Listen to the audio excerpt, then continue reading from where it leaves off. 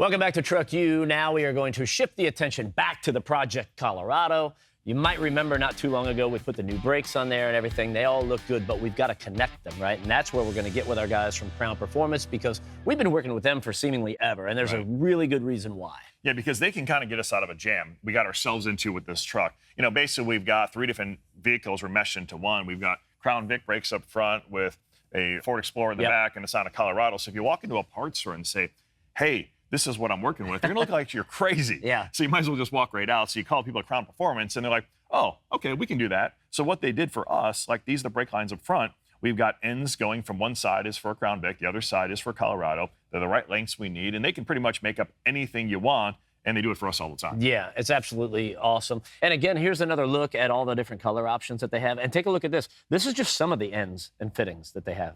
They can handle everything. We've always talked about the multi-layer design, which is why they're so strong and why you don't get that volumetric expansion, which basically is a squishy pedal. Yeah, you got 7 layers, including Kevlar inside. It'll take the beating, whether you want to do hydraulic lines of any sort, really. Crown Performance has pretty much got something that will fit your needs. Yeah, all the ends and everything. So I like the red that you went with. We're just going to hold that. All right.